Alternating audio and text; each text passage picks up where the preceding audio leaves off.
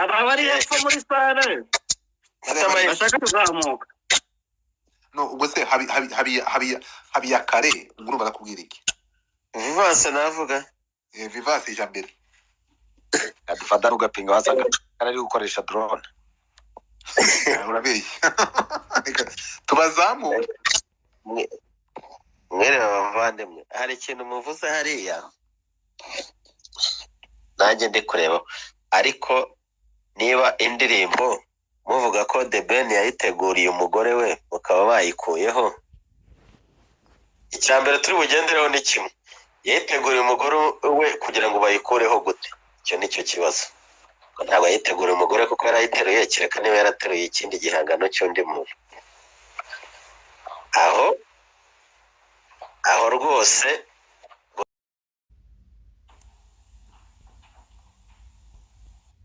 kuri bigatuma indirimbo kuko nta gihamya mfite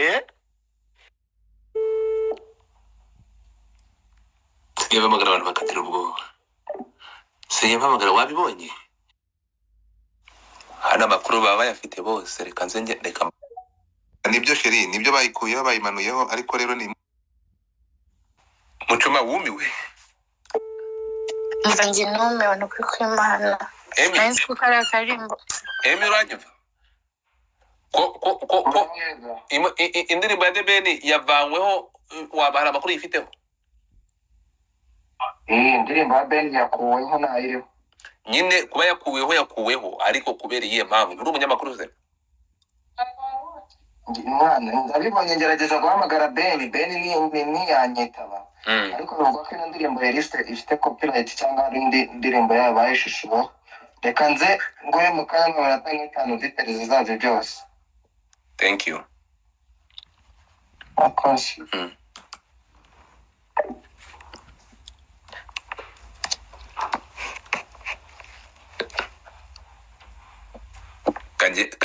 Kanje muri groupe y'abanyamakuru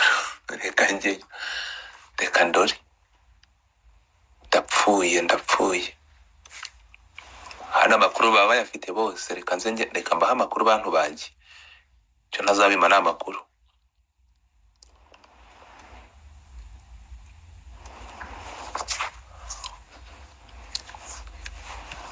icyo ntazabima n'amakuru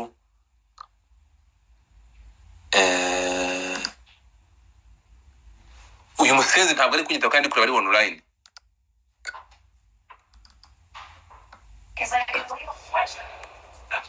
Shadi ihangane mucoma abantu bemuretse kuzamuka mbega ibiniki nabaho okay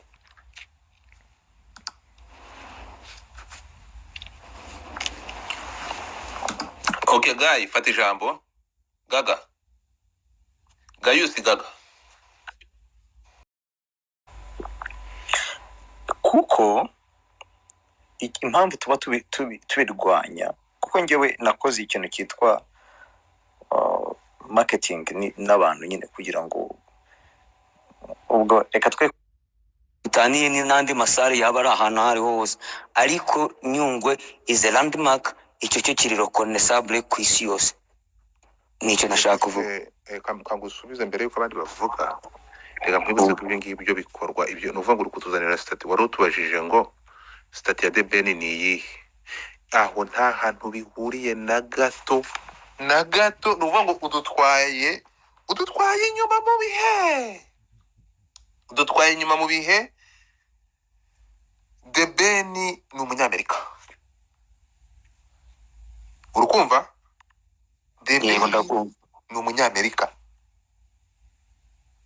ntabwo ari impunzi ibyo mugomba kubimenya ni umunyamerika nta hantu bihuriye ibi bintu niyo mpamvu nababwiye ngo nituza kuganira ntabwo twakoze disclaimer turavuga nti ahangaha tugiye gutanga ibitekerezo ariko ntabwo tuzi impamvu nyamukuru kuko abantu bose bari iruhande rwa The Ben nabamagaye bandiye sin nta n'umwe ashatse kunyitaba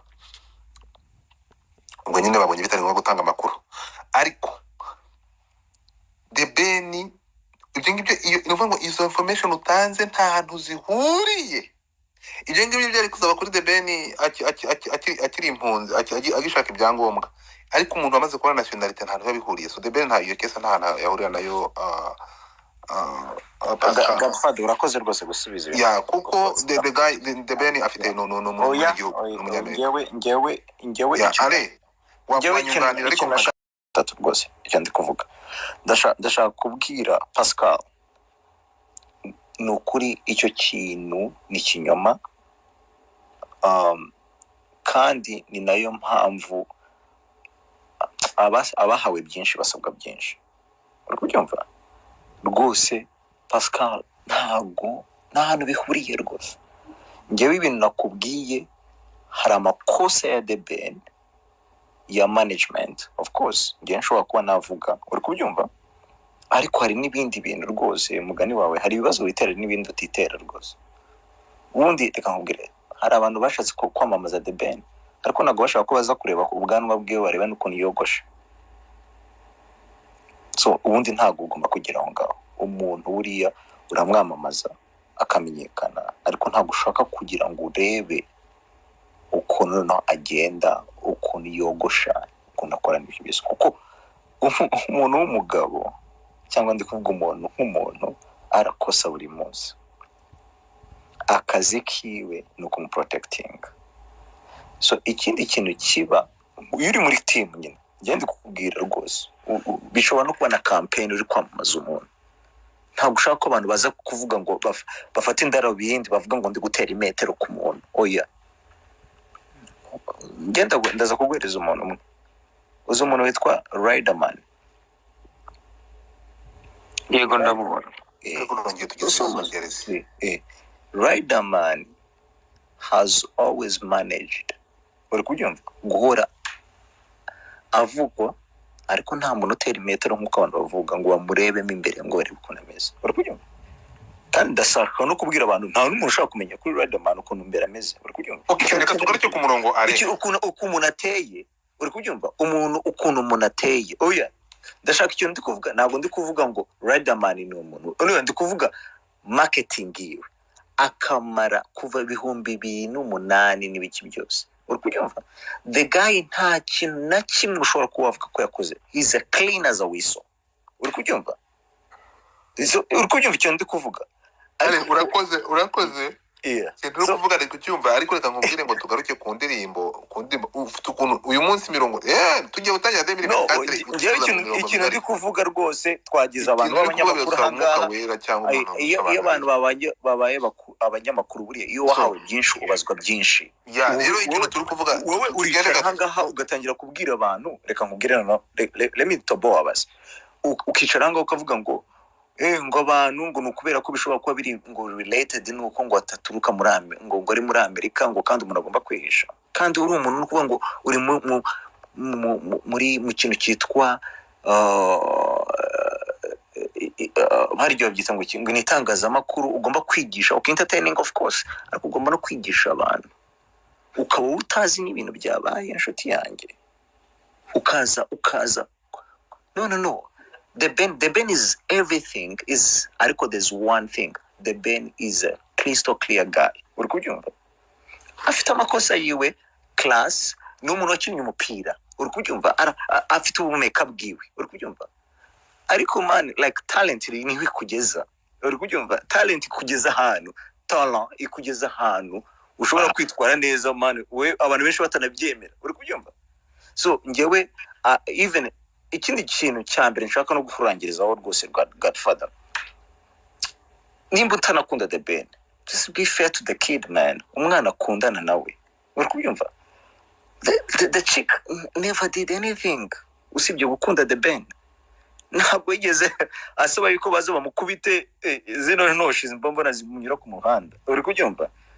Ngewe reka mbabwire, ndashaka kuba on the record mvuga ngo The Ben, of course, the team yiwe bagomba kureka icyo kintu cyo kuza bafuelinga abantu ngo baze kumuhora bamuvuga, kuko barenze kuvuga ahubwo basigaye bamureba muri microscope, like a micro, bakavuga bati hari akabazo runaka kabaye, ibihangano byacu birongera bigaragare mu gihe tukiri kubitorera umuti. Sino urumva izi speculations zita ziza mu bantu nta nubwo ari byiza.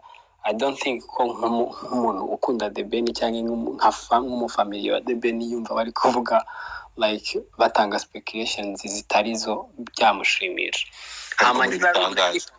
The Ben ni umufamiliye wa twese. The Ben ntabwo akiriwe ngo yigenge, ntabwo kandi nta umufamiliye The Ben ninde. The Ben mu byangombwa bya The Ben handitsemo The Ben. Mujye mutandukanya Mugisha Benjamin mutandukanya na The Ben. Mugisha Benjamin w'umuryango we, The Ben ni uwacu. Tumufite uburenganzira kugira mutandukanya uretse gato.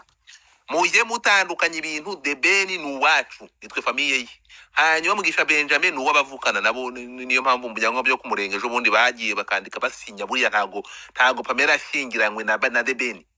Pamela yashingiranywe na Mugisha Benjamin, ntabwo ashingiranywe na The Ben. So mujye mutandukanya rero The Ben wahangaha na Mugisha Benjamin wo mu muryango yaje akomokamo. Urumva niba bagira Benjamin wa Pamela buriya The Ben nta natandukanye na Godfather. Ni stage name the same thing na after the stage name. So rero nitwe tuvuga The Ben hano hari ukuntu abantu baje bashaka kubifata bakabihuza, ntabwo bisa yo postinga. Ariko copyright ubundi mu ndirimbo ishobora kuba copyright ya audio cyangwa ikaba copyright muri video, kuko akenshi impamvu wenda twumva wenda ngo hari ibintu byinshi bagiye bavuga ngo element indirimbo akora ngo zirasa ngo niki, hari amapacks y'indirimbo ugasanga umuntu afite amapacks y'indirimbo cyangwa iki utuntu mu ndirimbo. Hari igihe bashobora gukora audio y'indirimbo hakazamo kandi kantu wenda gafite copyright, bikaza gutuma indirimbo igaragara yuko harimo copyright. Hari uburyo bubiri rero bwo kubikuramo. Iyo ari YouTube hari ukwishyura nyine wa claiming yo copyright, cyangwa mu ndirimbo YouTube itanga uburyo bwo kuba ako kantu ka audio kakurwa mu ndirimbo kakavamo. Hari akantu mwumva cyane mu ndirimbo za Juno yavuze ngo je suis Juno, hari akantu kava na sinzi nimba mujya mukumva, ni mu producer kavuzwe n'umutipe wo mu Bugande Epas. Abantu bo baragakunda bagenda bagashyiramo bakagira nka plugin ijya mu ndirimbo zakumva mu ndirimbo nyinshi zitandukanye, ariko ni Epas wakavuze. Ibyo bintu rero nk'abo kantu gashobora kuza kaba intandaro ya copyright. Ikindi igitekerezo abantu bagiye bavuga kivugwa ku ma views zo kuzigura ntago ari ibirenze. Naye mfite system nakoze itanga views aba followers n'ibiki, ntago views ishobora gutuma indirimbo isibika, ntago ibyo bintu bishoboka. Ahubwo hari amasaha yagenwe AI ya YouTube inyuramo ikaza kureba indirimbo views ifite nizihe, zaturutse hehe. Niyo mpamvu ushobora gusanga indirimbo uyu munsi ifite wenda views 1,500,000, wareba nka nyuma y'amasaha 2 ugasanga ifite nka miliyoni n'ibihumbi wenda nka 400, bitewe nuko views zari za fake, kuko n'abazigura hari amakarita agiye atandukanye. Niyo mpamvu usanga hari nka views 1000 zigura nk'amafaranga 1000, ugasanga hari izindi views 1000 zigura amafaranga 3000. Urumva ni karita. Hari izo rero YouTube ishobora kudetectinga ikazikuramo. Iyo izibonye ko ziri wrong nyine irazikansaringa, ugasanga ziramanutse, ariko ntabwo bishobora kugira ikibazo ku ndirimbo, kuko kugira ngo zigure ntabwo ari ngombwa ko winjira kuri YouTube channel. Naye nshobora kuvuga ngo ngiye kugurira views indirimbo n'iyi wenda ya runaka, nkajya kuri YouTube nkayisearchinga nkayigurira views nkanjye ubwanjye na nyira yatabizi. Urumva rero ibyo bintu ntabwo bishobora ku affecting indirimbo. Ikintu rero kigaragara nyine nuko ashobora kuba harimo iyo issue ya copyright, ariko ikaba ari copyright ya video. Bikaba rero byabaho ko basotinga iyo issue iri hagati ya Drone Skyline Limited ndetse na management ya The Ben, bakishyurana ibintu indirimbo ikaba yajya ku murongo. Kandi ibindi nabyo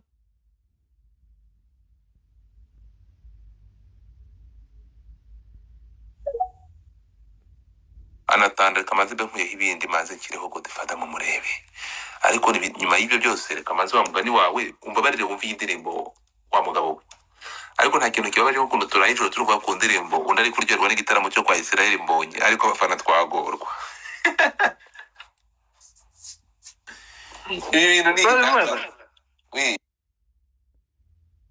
Tubwira kuri ibyo ku buryo umuntu ashobora kugenda akazunguruka agakora ama interview turebye uyu musore yakoraga reka da abandi bahugiye ku gitaramo cya Yago no gutukana kwe na DJ Brian. Subiza kuri icyo kintu. Urakoze cyane. Gutukana kwe na DJ Brian ntekereza ko nawe uri mu bantu ba problem. Ibyo byaranavuzwe. Ariko hari umujyama abanyuzo twaranyuzwe kandi ntekereza kuri buze kugaruka uko byagenda kose baraza kwisubizaho. Erega bishobora no kuba ari ibintu bya ari tekinike cyangwa n'uburyo wenda bayishyize ko dufite amanimero yabo nabo.